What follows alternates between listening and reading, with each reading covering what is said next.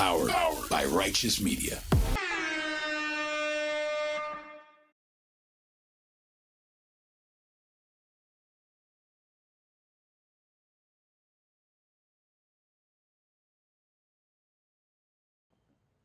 Welcome to Independent Americans. Welcome to episode 345. I'm your host, Paul Reichoff. And welcome to the United States Military Academy at West Point. Cadets are marching.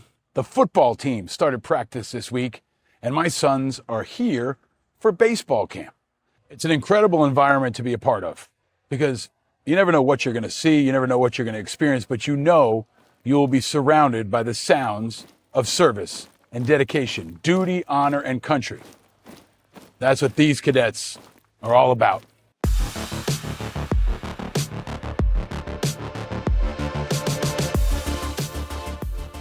Those cadets are working hard, like they always do, but I'm taking a bit of a break, at least from our interviews. And I'm bringing you one of our favorite interviews of all time. From back in 2020, a man who has been in the news a lot this week, the great Stephen Colbert. A man that I think is a true patriot who serves this country in a different kind of way, but upholds the same values of honesty, integrity, and dedication that generations of leaders from this place have embodied. It was a really candid conversation during COVID where you could go inside Stephen's house. You're going to see what he really thinks about Trump, what he thinks about the world, and you'll get a side of Stephen Colbert you've probably never heard before. His show might be canceled, but his voice is not.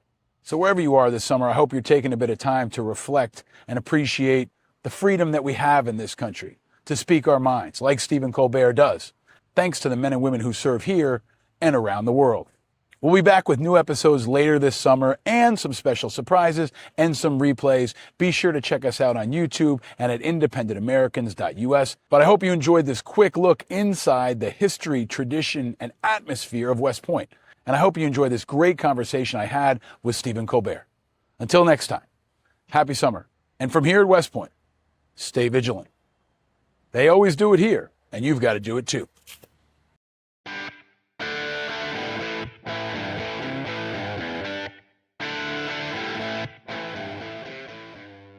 Ladies and gentlemen, angry Americans around the country and around the world.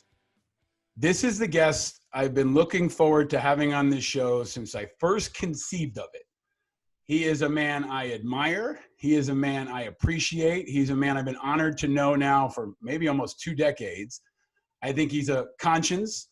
I think he's getting us through some really crazy times. And he's one of the nicest people I've ever met in this whole weird political media entertainment business. I am honored to have us joined by the great and powerful Stephen Colbert. Hey, Paul, good to see you. I feel like I need reverb or echo or something as you enter this. Do it in post. Do it in post. I don't have any post, man. This is it? This is it, man.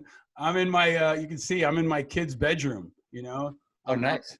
This is improvise, adapt, and overcome, as we say. That is nice. Those are some quality decals on the wall. Octonauts. Are you familiar with Octonauts? My youngest is 18. I do not know the Aquanauts. Octonauts? Octonauts. They are a heroic group of underwater heroes that regularly save the world and teach about marine biology along the way. If they were running our government, we'd be in so much better hands right now. Good. But thank you for joining me. I'm so honored to have you. Let me ask you a question I've been asking everybody from the beginning. We've known each other almost 2 decades now. Yeah. The question I ask of everybody since the pandemic started is, where are you and how are you? I'm home. I'm home. I'm in a home office that we set up 12 years ago, and I did not start using till 2 months ago because I always had an office to go to in the city. And I really like it. It's really nice to be home. I love the ability to be able to go downstairs and have lunch with my wife. That's nice. So I'm at home. I did the first 5 months of COVID in South Carolina, which is where I grew up and where my wife grew up. And her family's down there, my family's still down there. So that was really great. We, besides the strangeness and of course the disquiet and the sort of this the general anxiety associated with COVID right now, it was really sort of fascinating to be in my hometown for a long period of time, especially in the spring, which I hadn't done since I was 18 years old. And, you know, you always wonder, can you go home again? You know, especially even if you love it, can you go home again and make a life later, you know, later in your own life there? And boy, I'm just sold. I'm sold on South Carolina. I just love the people and I love the place just as much as I ever did. It was an interesting window into what is possible now, especially since you can do your show anywhere now, evidently. You know, ratings are great. I happen to be in South Carolina. That's a dangerous thing for me to discover. But now I'm back up here in the New York area. And how am I? Damn lucky is how I am. You know, not only am I healthy, luckily, I have some members of my family that have contracted COVID, but everyone's been fine so far, with various degrees of it, you know, manifesting itself in symptoms. I've been very lucky, and I'm lucky to be able to go to work. You know, I feel for everybody who not only has the anxiety, but doesn't have the income, doesn't have that daily sense of purpose. You know, as the saying goes, it's about more than a paycheck. And I can't imagine how the anxiety would also be racking me right now if I didn't have a thing to go and be with the people, even over Zoom, who we have a progress every day, and that progress works through our energy and works through our anxiety. So I have my own anxieties, but I never lose sight of the fact that I'm one of the lucky ones right now. You've always been a guy who exudes gratitude, and you and I met. I don't know if you remember when we met. It was 2006. I had my book was out. Your show, you know, was still relatively early at Comedy Central. Wasn't even a year old. Yeah, it was May of 2006, and you came into the green room, and it was right after you had given the White House Correspondents' Dinner speech. So that would have been May of 2006. Yeah, it was right after that. And it was a moment where I think the country really understood the importance of your voice. And I would argue that the heroism of your voice. But also when you came back in that room and you're interviewing me, you know, I'm a young Iraq vet. You were very kind. You were always very humble. But I also could tell that was a big moment. Like I remember when I first stepped out and people started threatening me. I was in the arena. You know, my brother used to say he was worried more about political snipers here than he was about snipers when I was in Baghdad. But I remember you coming in the room and feeling that there was a pressure on you because of that. And I've always wanted to ask you, like reflecting back on that time, now that you've got such a big platform and you're challenging the president every day, what did that feel like? And how do you reflect on that moment now? Well, the first thing is it's very, very nice of you to say what you just said about that night. To me, I just really wanted to go do those jokes. You know, like this is what I do. I didn't do anything different. It's not like I hit another gear to go do that. You just had to be willing to do it in front of the president and in front of the press and the Washington people you're talking about. That's all. But I guess a lifetime of not really caring about someone else's status sort of got me ready for that. And so those jokes were a magic carpet. I just got to fly over that part of the anxiety by riding on the jokes. And I had a really good time. You know, there was no sense for me while it was happening. I mean, I know I didn't want to go any closer to the president, you know, but I didn't want to necessarily go over and like hang with him afterwards. But I didn't get a sense until much later that there was any sense of like a whiff of brimstone in the room. You know, what you couldn't, and I know I've said this before, but what you couldn't hear at home was that there was a lot of laughter in the room. The room's just not mic'd for laughter. Like if you did a show at the Ed Sullivan Theater where I am and you didn't mic the audience, you would think that every monologue bombed, you know? And so it went okay. And it wasn't until it kind of got digested online and people started writing about it that became controversial.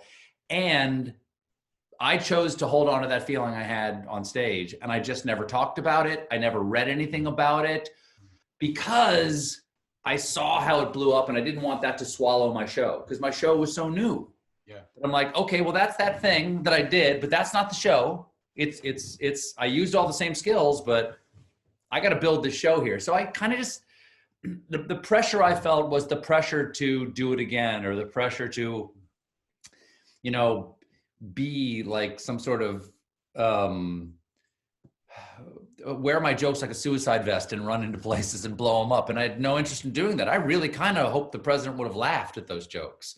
So the pressure I had was like, oh, I didn't want the crowd's enjoyment of that. And I mean the crowd at home, not the crowd in the room. The sort of the roar that came in the days after that from people having appreciated what I and my writers tried to do that night. I didn't want that to take over and to be sort of led by the crowd as opposed to try to lead it. You know what I mean? Like, and so I purposefully, and I had a conversation with Jon Stewart about this, like, how do I do this? He goes, you just don't ever talk about it, man. And eventually it'll just be a shine from that night, but not be what defines you as a performer. And so it's really only the last few years that I've wanted to talk about it at all, because I tried to be really cognizant that that wasn't everything that I wanted to do with the show. It didn't really want to always have the knives out. However much people might have perceived that as the sort of the legend of the evening is Colbert in there with his knives out. That's only part of the gig. So what you saw was my nervousness that maybe I had been, my intention of the show had been subsumed by the intention of that one night. I think for me at the time, it gave me hope that someone would speak truth directly to power. You know, as I had just come home from Iraq recently, now in retrospect, right? And I felt like it was the first time that the president had ever been called to task to his face in public. It was the first time anybody actually tried to hold him accountable in some way to his face. Well, it wasn't popular at the time. You'll remember a lot of the reaction to that night. It was not a popular reaction. A lot of people liked it. But listen, that's that I got some pretty dark correspondence. I could feel that. That's what I could feel that when you walked in the room, because, you know, it was on a very different level. But when I spoke out about the war, and I was one of the first to come home from Iraq and challenge Bush, we got a lot of death threats, dark stuff. Like I honestly didn't expect it. I kind of warned my dad and said, hey, Dad, you might want to, you know, change grandma's phone number because they can Google it and find her, you know? And he was like, if they come, I'll be waiting for them. I'm like, Dad, this is not that kind of level, okay? But I could feel that weight that you only understand if you're in the arena and you're truly challenging power. All of that happened as well. Yeah. All of that happened as well. And of course you worry for your family and things like that. Yeah. Well, I think it cuts to the issue, you know, of integrity and courage, which I think has been a theme throughout your life and your career. Maybe the president's calling you right now. I don't know what that noise was. I don't know what that was. I don't know how to make that not happen. Sorry. It's all right. But you're also, you know, always giving back, and people don't always see that. You know, you regularly supported veterans groups and so many other charities. You shaved your head and went to Iraq. Okay. Now, I wanted to be like you, Paul. Well, I learned it from you. I kept this in honor of you. So, you know, that was brave, but you're also a guy. Was shave the head your idea? I suggested it. I don't know if I was the only one who suggested it. No, I think it was your idea. And I went, oh, that would be great. And then we could have Odierno like do it, and the president could order him to do it. And then like, I didn't think you were really going to do it. And my staff worked so hard to actually make all that happen. But I believe shave the head was your idea. I suggested it. I didn't think you were going to do it. I don't know if it was the only person who suggested. I thought you were going to do some kind of bald cap or something funky, but there were no tricks.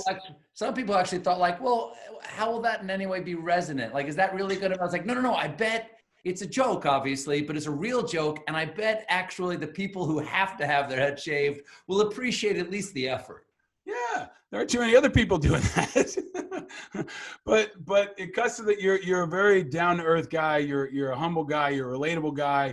Everybody who's been around you, you know, in informal settings is always struck by how down-to-earth you are. You know, we are on this show always asking folks to share with us a little bit about themselves. So when you're, you know, offline and you're relaxing, I'll ask you the question I ask of all our guests. Stephen Colbert, what is your drink of choice?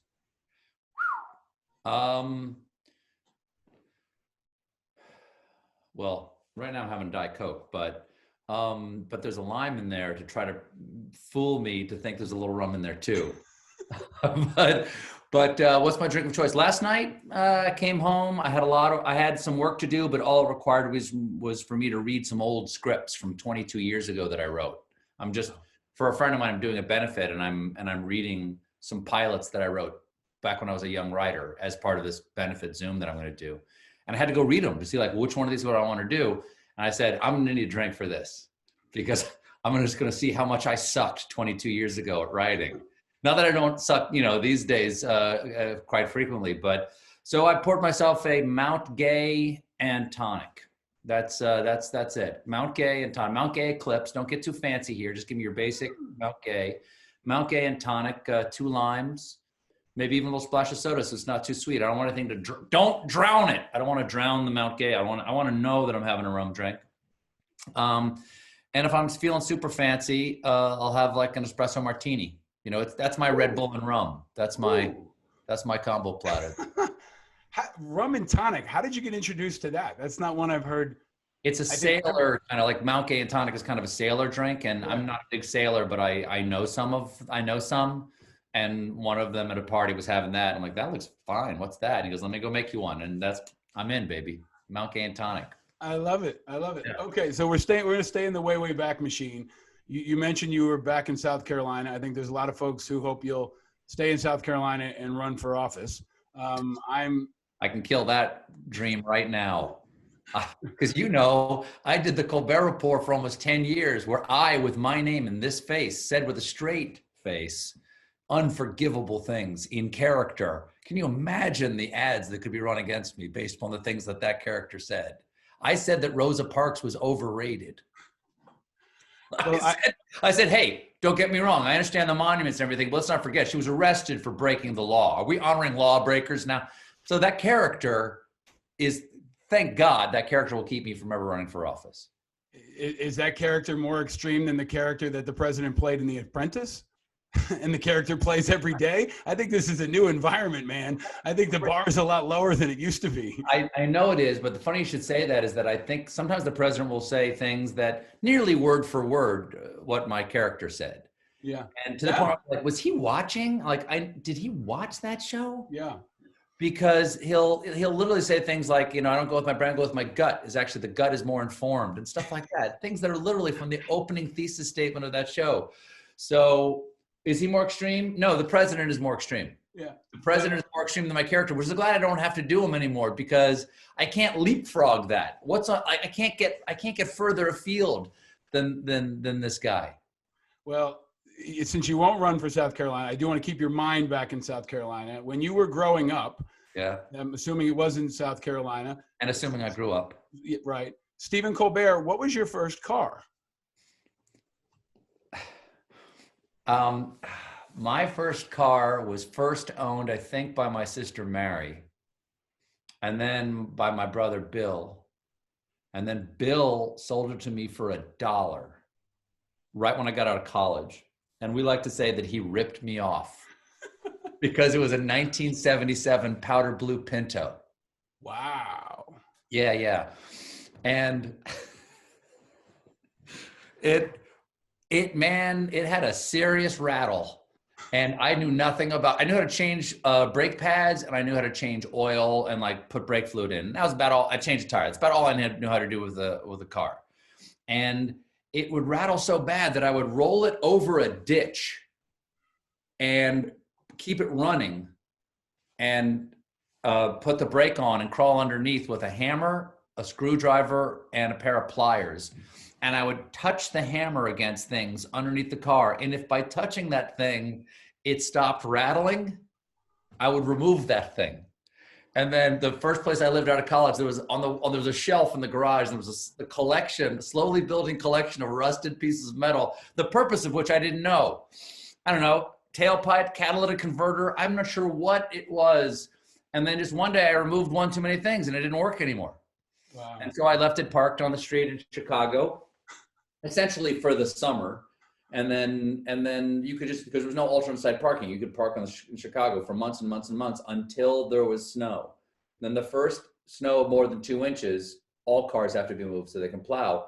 And I didn't even think about it. And 2 weeks later, I went, oh, damn, there was a snow 2 weeks ago. I went and looked and it was gone.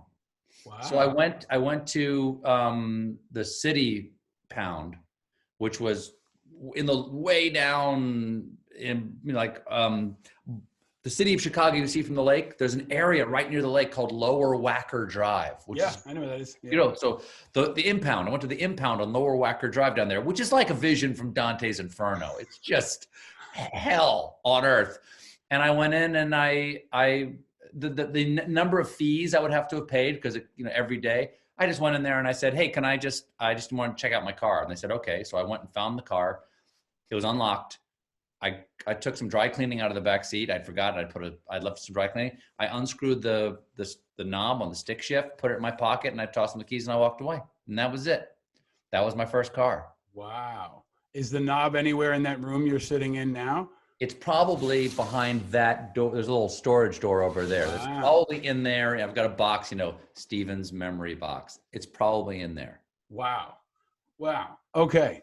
That's amazing. I'm so glad I asked you that question. I didn't think it would disappoint.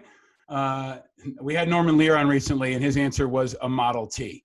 No. Oh, yeah. No. A Model He's T. Not that old. Yeah, he is that old. Oh, my God. Yeah. So we've had some great answers. But so speaking of the wheels coming off and things starting to fall apart, yes, and efforts to keep it together, let me ask you a question. I think you've been a voice of reason, a conscience. You've helped so many people get through this time. I don't know if you've answered this question anywhere else before, but can you frame up this moment in time historically? You're a student of history.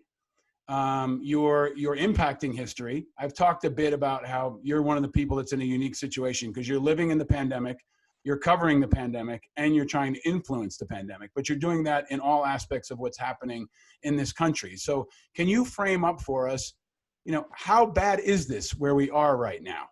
And what do you think the future looks like? I wouldn't call myself a student of history. I'm sort of a student of human behavior, because I've started off as an actor and I learned how to write and do comedy by improvising and then seeing that behavior and trying to script it. And so I kind of look at it from just I don't feel like I know a lot about politics, but I recognize hypocrisy because that's just a human behavior. And politics ends up being a very complex set of improvisational games that the rules of which are rarely said out loud. And then because that there is a truth to that, some people perceive it only as game. And then you have voter suppression, which is just all part of the game, man, but no part of the spirit of the idea of democracy. So anyway, I'm interested in the way humans behave, and some people say one thing and act in another way, and the difference between the arc there, between what they purport to do and what they actually do. The jokes all land in that little arc there. Mm-hmm. The closer it comes, the harder it is to make the joke. But right now, it's like that. We believe one thing, we do another. So it's open field running, if you know what I mean. Right. But what do I think of the moment? I think it's a hazardous moment because people lose faith in institutions. And one of my writers is from Colombia, and he said this morning in the pitch meeting, he goes, hey, by the way, I just want to say that I know it can't really happen, but that's actually what everyone says right before it happens. Mm. Everyone, but before an autocracy actually takes over, what they say is, and I'm speaking to you as a Latin American, the last thing people say is, okay, they're doing all the things that would lead to it, but it won't really happen. Or they don't really mean it, or this is just game playing. Mm-hmm. So where are we? We're at a very dangerous spot right now, where truth has been devalued. There is, if you pardon the expression, an epistemological crisis within the Republican Party where things cannot be known. We can't know what's happening with global warming. Mm-hmm. We can't know how many votes there were. We won't know. The statement saying we will never know who the winner is a very dangerous thing to say. Some things are knowable. We can't know how many people have died of COVID. We don't really know what the right thing to do is. All of that is to say, my opinion is as declarative as fact. And so since things can't be known, and if you'll accept my opinion as declarative and as definitive as fact on all these other things, if you accept all of these things incrementally, the boiling frog, as it were, in the water, that when we get to the point of can't know who won the election, then my declarative and definitive opinion is just as good as you sitting around counting ballots. Therefore, the election is not necessary. Now, will that actually happen? I don't think so. And of course, that could very well be wrong. But this is all just to get to the last question you gave is, what does this moment mean, or where is this moment going? We won't know till November 3rd. What is the future of this country is completely dependent on what happens on November 3rd. There is no doubt that we are at a critical moment in our country. Not only things like the chickens of racial injustice coming home to roost right now, again, but also our decades-long running away from fact. And our need to bury our head in the sand, in the consoling sands of ignorance. And some of that has to do with that we're really in a moment of loss.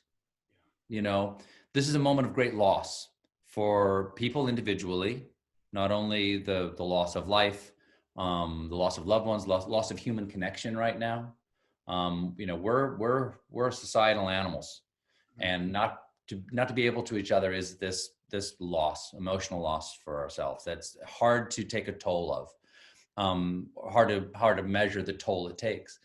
We're also in a loss of the threatened preeminence of the United States on the world stage. You know, not only because in the last few years we've alienated our allies, which everybody needs friends.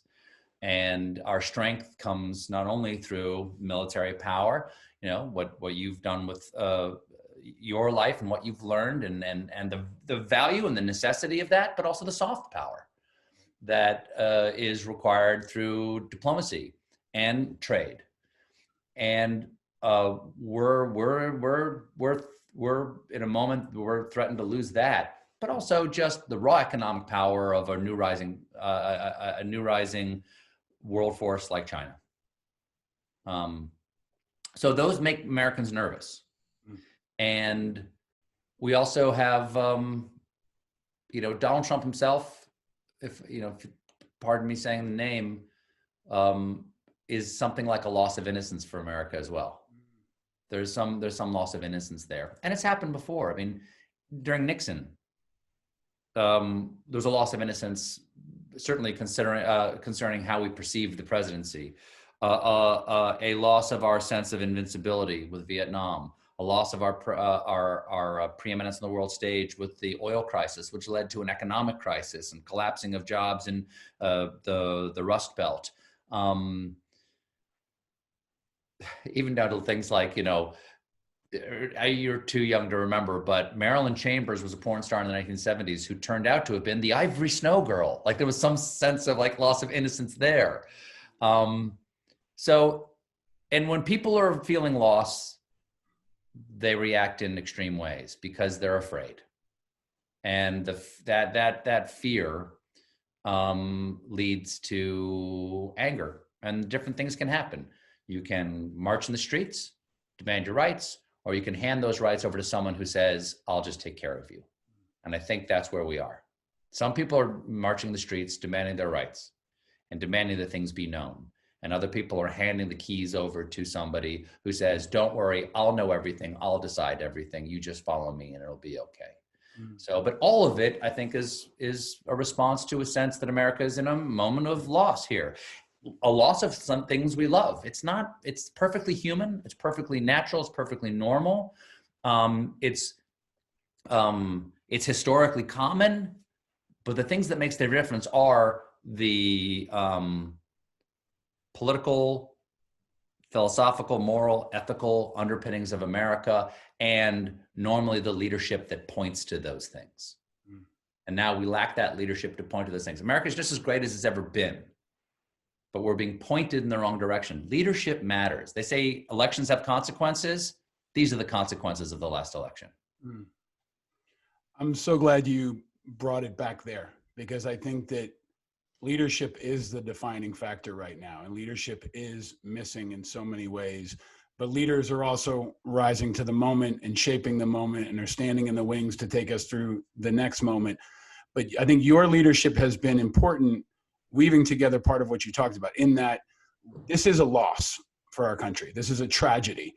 We are losing opportunity. We're losing time. We're losing life. There's a real sense of loss and tragedy around what's happened. And I think driven in large part by the leadership failures of this president.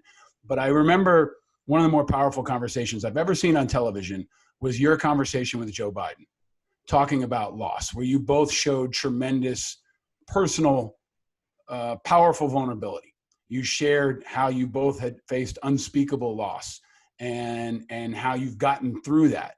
And I think it puts us in a position where, whether you know it or not, you're helping people deal with that loss now, and you're helping us get through it. And I think that's why Joe Biden is well positioned to take us through the next phase, because he can be a consoler in chief. He understands loss. He understands the wreckage and tragedy that will come after Trump, and he can help guide us through it, hold our hand, and give us some wisdom. But there's also anger out there. And you know, part of why I did this show is to play with anger in the same way you used to play with conservatism, right? And recognize that anger can go in a lot of directions, but it's a natural reaction, and how you choose to react to that reaction, it makes the difference, right? I say if you're not angry, you're not paying attention, especially this week with everything from the Supreme Court situation to Breonna Taylor to Trump saying he may not leave office if he loses. If you're not angry, you're not paying attention. But we can turn that anger into positive impact. You've done that. You turn all those emotions into some solace, and I think some positivity and some hope for people. But you're human. You get angry too. Stephen Colbert, what makes you angry?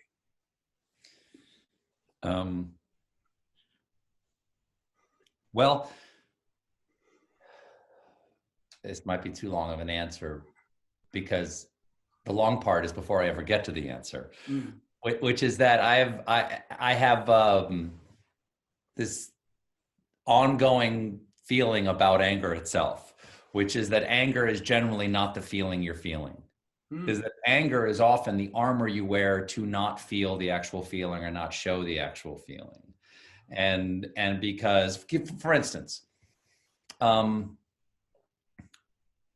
whether it's no action taken regarding specifically the death of Breonna Taylor. I know the charges for reckless endangerment happened to one of those three officers, but nothing regarding Breonna Taylor. Well, that makes people feel powerless, especially when the Attorney General says, "There's nothing I can do. The laws do not allow me to bring charges here." Or Ginsburg dies. Look, they're perfectly within their power to do what they're doing. There's no debating that. They're perfectly within their power to appoint somebody else. And that powerlessness on behalf of the people who say, but you have no honor. Look how you will lie and do anything in your naked pursuit of that power. That powerlessness you feel, well, that lack of agency creates fear, because you're like an animal with their hand caught in a trap. And then that fear, no one wants to feel fear. It's the last thing you want to feel. And maybe even more than grief, you don't want to feel fear. And so you cover the fear with anger.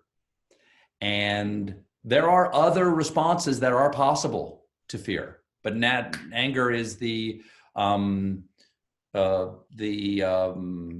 evolutionarily successful response, and it's proven itself valuable. I'm not saying that it's the wrong thing to do. I'm just saying it's just one of the responses you can have. But anger, as Yoda reminds us, leads to hate, and hate leads to the dark side. And so there's another thing you can do with fear, is you can identify the thing that makes you fearful and then say, what is the only agency you have? What agency can I have here? Is there any move I can make? And so what makes me angry right now? What makes me angry right now? What makes me angry is a sense of, what makes me angry really is people saying there's nothing you can do.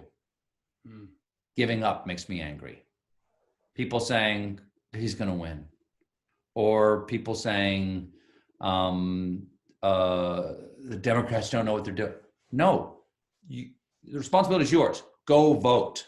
There is something you can do. You must never give up on the sense of your own personal power in this democracy. Now, if you didn't live in democracy, that'd be one thing. But in a democracy, you are never allowed to give up hope.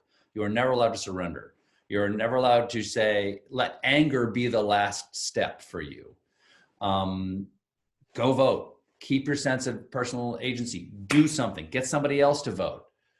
Giving up makes me angry. Because the anger I have about those other things, I work through that on a daily basis. And we come together, we share our anger with each other. We, use whatever we've learned over the last couple of decades of doing this work, and we try to turn that into jokes by the end of the day. Jokes that have a knife in them sometimes, but they're jokes. It's a snowball with a stone in the middle, but it's a snowball. And, if that can make somebody less afraid, because you can't laugh and be afraid at the same time, as I've said before, that makes someone less afraid, then they can think, and they can think of a way to get their hand out of that trap. And generally speaking, that is, it can be protesting, it can be voting, it can be writing, it can be creating art, can change lives for other people by taking their fear away, giving them a sense of community. But the people who are most making you feel powerless and leads to that anger, most want you to feel hopeless. Most want you to feel no sense of community. Most want you to feel that there's nothing you can do to stop their march toward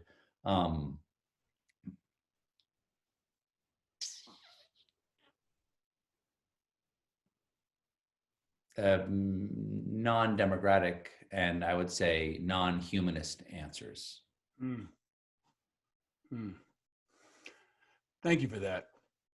I was hoping we could go on that journey, and really, I mean, Frank, it's why I was excited about the podcasting format, where we can talk, right, in a way that lets us explore ideas and really, share what we want to say in its fullness, right? And hearing you do that in this conversation is so important, because I think it does underscore the kind leadership that you not just you ask for and you require, but you demonstrate. And I am concerned, I'm deeply concerned, that part of the failure of our leadership right now is that they are not preparing everyone for the long haul. And leaders have an obligation to be upfront with people. And I worry that too many think that November is the end. And I'm looking at it as maybe the late third quarter, maybe the fourth quarter, with a lot of overtime. And we might have 2, 3, 4 overtimes, sure, right? And I think voices and leaders like yours are going to be critical to take us through what could be many tough years, right? I mean, only people who've never been to war think it's easy and simple. And now we're in this, and I think you and others are going to be so critical in helping us through this complex and evolving battlefield on everything from the pandemic to Trump to the election results to, the national security threats. But you consistently bring hope. And that's important, because it's lacking from our leadership. And you bring happiness. You do channel all those emotions and turn them into a very powerful snowball. And so I want to ask you the other question I ask of all of our guests. Stephen Colbert, what makes you happy? Well, I really like my dog. I really do like my dog. He's still only a year old, so he still will chew very valuable things. Weiwei, Julia, there's a Chinese artist, dissident. Yeah, artist, amazing. Really dissident artist. He sent, and not just to me, but he sent around these hand-printed masks, COVID masks, to sort of point at the need for masks, with a signed letter from Weiwei, like this. My dog fucking ate it. Sorry for the salty talk, but my dog ate two. I've got 2 of the masks left. He ate 2 pieces of hand-printed art by Ai Weiwei. I'm like, fucker, I could send you to college on that shit. Now I don't have the complete set. And Ai Weiwei, I'm sure you're watching. Can you please just send me another set? I just wanted to frame it. So he makes me mad too, but I love him anyway. Oh, of course, and my family makes me happy. Seeing my kids doing okay, like knowing my kids are all right, that they're happy, that's good. But what else makes me happy? Comedy, man. I'm so lucky. I get to hang out. My Rolodex, as my friend Tom likes to say, my Rolodex is filled with the funniest people on the planet. Professionally funny people. And if I'm really down, I can call them and go, hey, what's going on with you? And we will make each other laugh. And I always feel better at the end of it. Laughter really does. I'm not going to say best medicine, but it is an excellent psychotropic drug. It can actually put you in another place so you can have another point of view about what's going on right now. So, I like to say, why I feel better today? Because jokes. That's great. Fear is the mind killer. And if you're laughing, you're not afraid. I mean, I know I'm repeating myself, but it really makes a huge difference. There is a tyranny that wants to make you feel powerless. And jokes always, at the very least, you can laugh at the devil.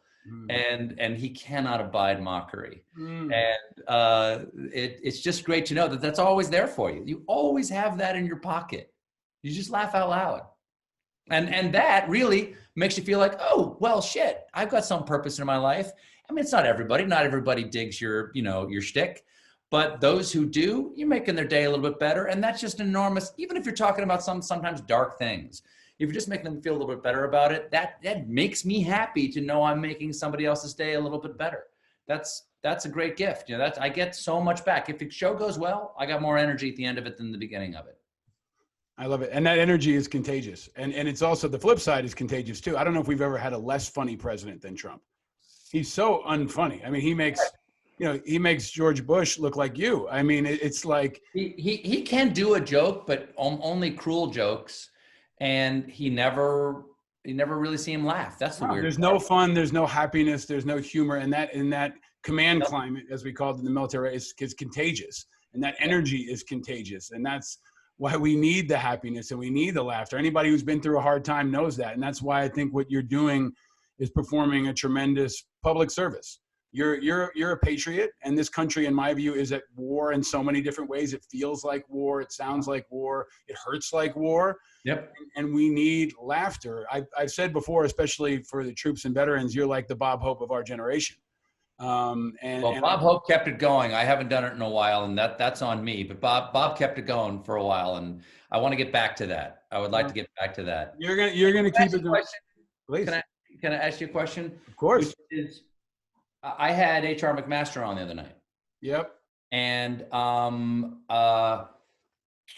at one point, he mentioned that we had taken the show overseas and we'd done some stuff for the troops, and I said, well, it at the time it felt like the troops were what I was hearing from friends that I knew in the service.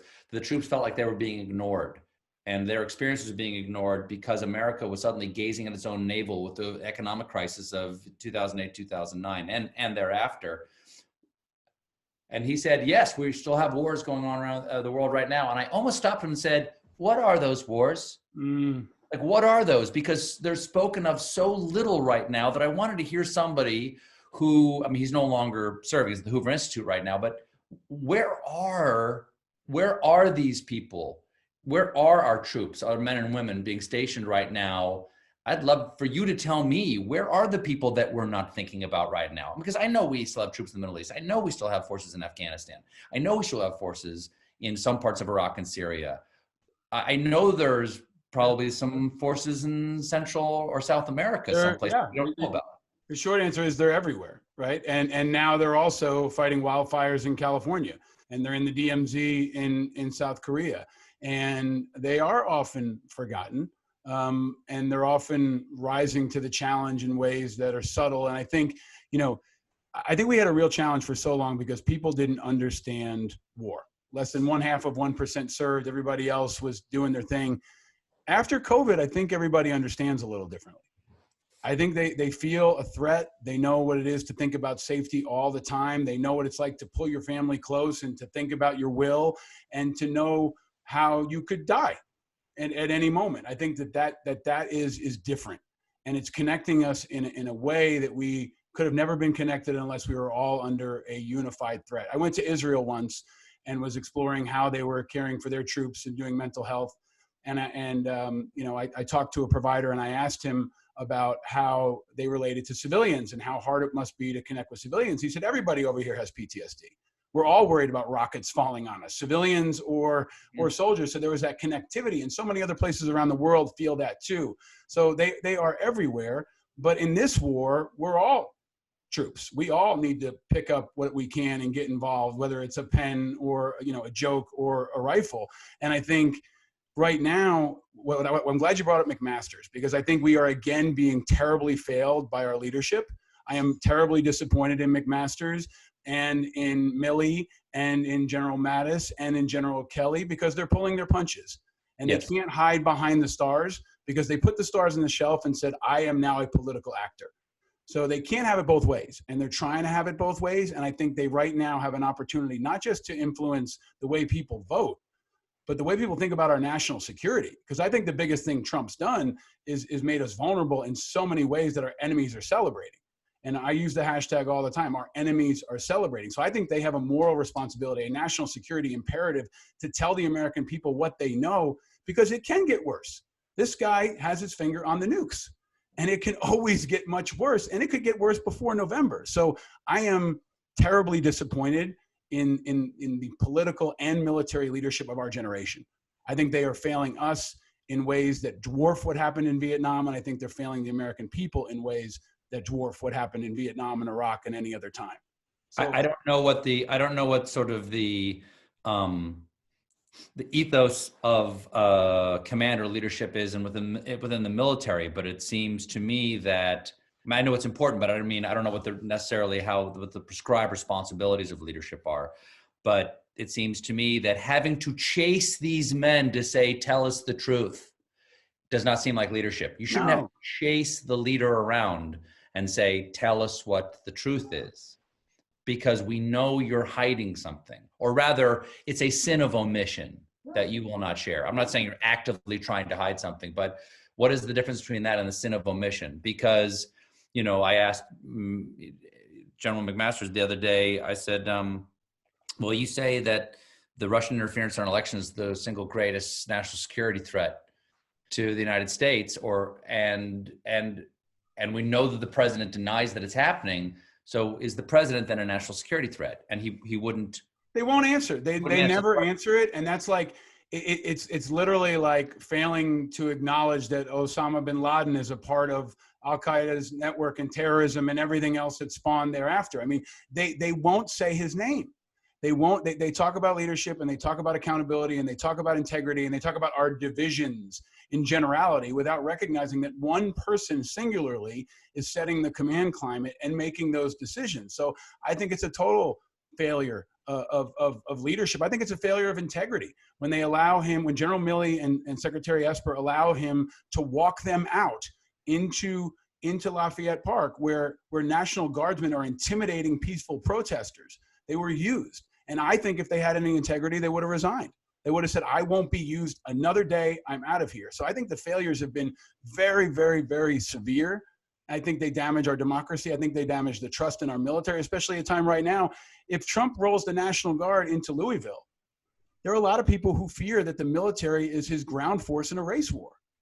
And they're not. And if these guys don't speak out, then Trump will be allowed to continue to manipulate the military in a way that is so damaging, in the same way he manipulates anger and religion and so many other things. So, veterans are supposed to be the guardians of the democracy. The military is supposed to be the keeper of the flame. If America was a religion, we're supposed to be the clergy. And I think that they are failing, and we got to call them out. Some of the guardrails are working, Stephen, but too many of them are failing. Mm-hmm. And that's why, right now, your patriotic demonstration every day is more profound and more impactful than McMaster's. McMaster should be asking you questions about leadership, not the other way around.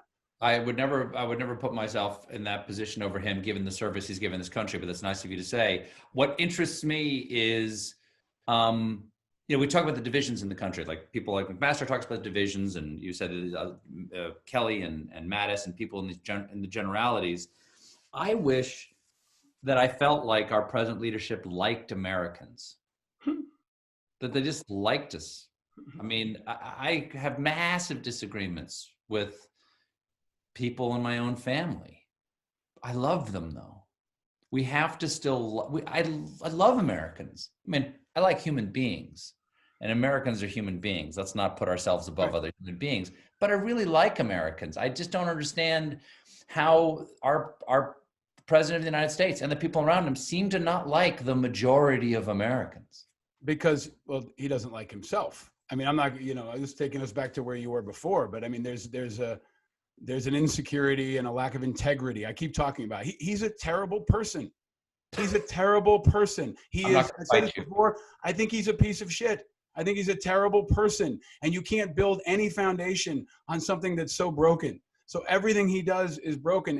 This is who he is. He is a terrible person. You wouldn't trust. Somebody used to tell me, you want people around that you can trust with your wallet and your kids, right? And you can't trust him with either. You can't trust him with anything, and because he lacks integrity, because he's a terrible person, and that's the core of everything. So I've said, Joe Biden is not perfect, but you can't let the perfect be the enemy of the good, and he's good. He's a good person, and I'll take good over catastrophically terrible and diabolically awful. I will take that, and that's our choice. But you are Give him a chance, Paul. Come on, give him a chance. Yeah, give him a chance. Give him a chance. He's had 3 years and 8 months. Give him a chance of the pandemic and the nukes and race wars and everything else. No, thank you. The stakes are too high. Just like in the military, you don't get a second chance to screw up a war, ideally, right? It interests me. I just read Bob Woodward's book, and in that he clearly is having first-person conversations with Mattis and Dan Coates and Tillerson and maybe even Jared Kushner and everything. It really seems like he's actually speaking to all these people. And usually those books are, I was asked to serve, I was hesitant, my family convinced me it was the right thing to do, so I came to the call. As the years went on, it occurred to me that it's immediate. All of them immediately go like, I immediately knew that this was a disaster. I immediately knew there's nothing I could do. And I'm struck by how quickly the people, every single person who ever spends time with him and then leaves of any note or of any level of integrity goes, that's a dangerous man who has no moral compass. I can't believe that that's the guy who's calling the shots. And I don't know what motivates. I always think that people, act in their own self-interest. Even people who act altruistically believe that what is good for everyone will be good for me. It's not like anyone out there is not voting to make their own lives or the family's lives better. I just don't perceive what this basement of 42% of Americans think that Trump is doing for them. I'm confused, and that confusion can lead to anger, and anger can lead to hate, and hate can lead to the dark side. But that's another thing that makes me angry. Confusion makes you angry. Confusion makes you angry. And so I do get confused, and I try not to lead to anger. I get confused by the people who can look at 200,000 dead and a cratered economy and a president who would take no responsibility, not even respond to the knowledge that 200,000 people have died. He was asked 2 days ago, why haven't you said anything about why haven't you acknowledged 200,000 people dying of COVID? And he looked at the reporter, then looked to the left and said, anyone else? Yeah. That is shocking.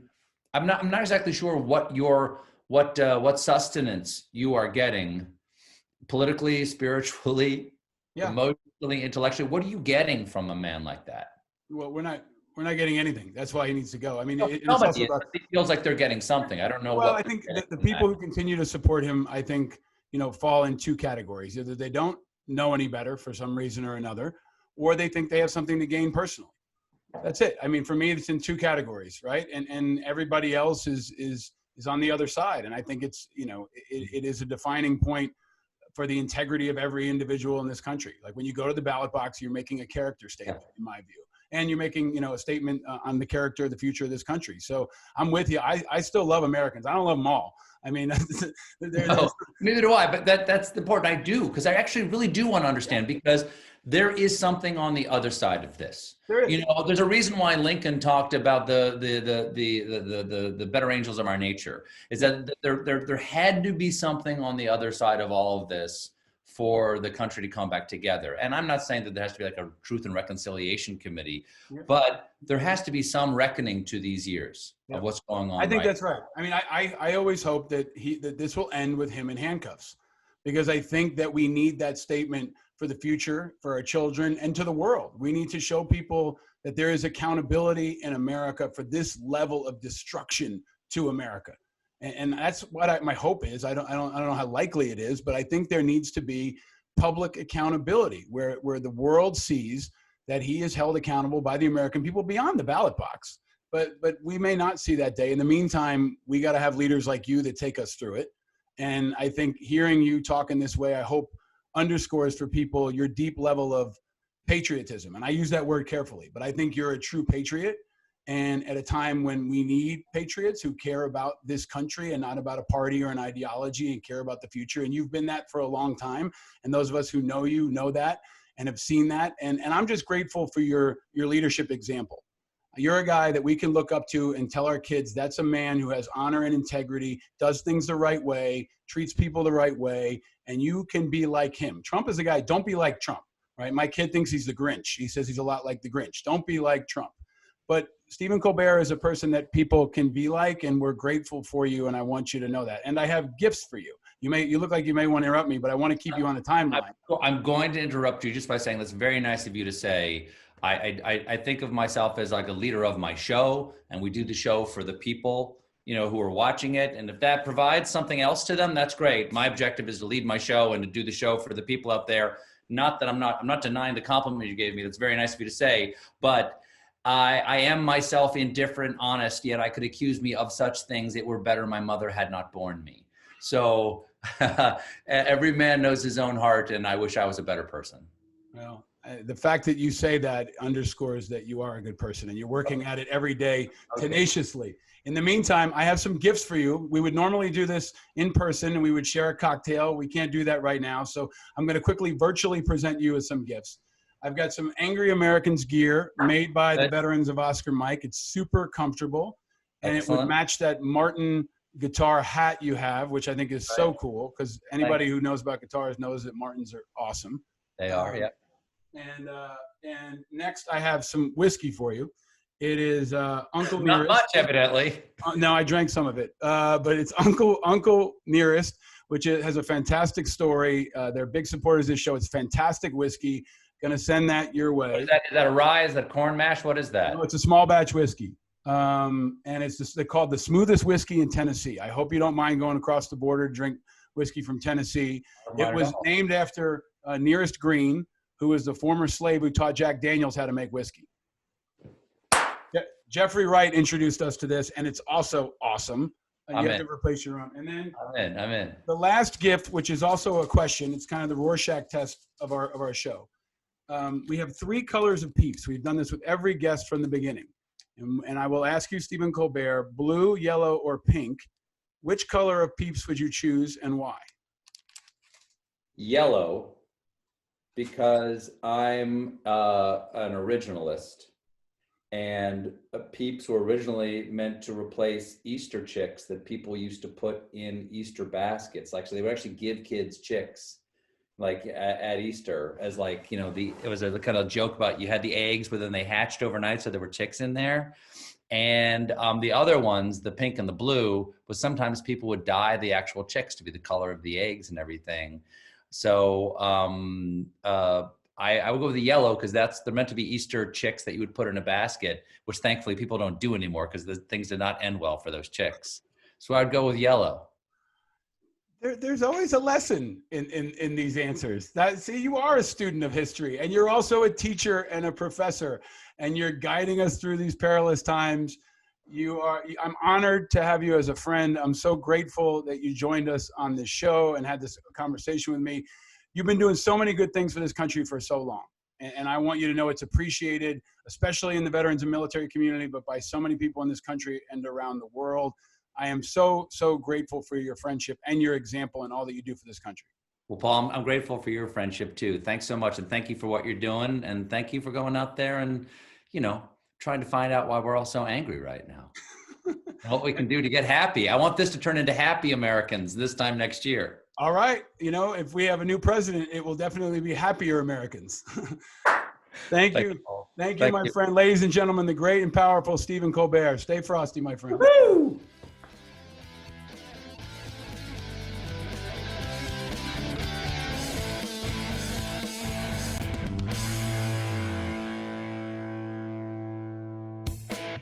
All right, back at West Point with another view for you. If you've never been here, you definitely need to add it to your bucket list. I am at historic Trophy Point, and I'm going to give you a 360 for the folks on YouTube to get a real look at what goes on here. The Hudson River is behind me. This is historic Trophy Point. The cadets are in trucks getting ready to roll, and we're going to continue to roll all summer and continue to bring you independence, information, integrity, inspiration, and impact. The 5 eyes that you have come to know and trust to come out of this show in every single episode. I hope you got that in this one. If you did, share it far and wide and invite others to declare their independence, just like George Washington led the Continental Army back here in the 1700s. There go the last of the trucks. They're out of here, and so am I. But before I do, remember, stay vigilant. And know you're not alone in your vigilance. We're all vigilant, and we're all in this together. Just like those men and women who are training, who are in combat, and who are keeping the flame lit for America always. Until next time, I'm your host, Paul Rieckhoff. Down with Hamas. Slava Ukraine. Stay vigilant, America. And stay vigilant, West Point. Thanks for having me.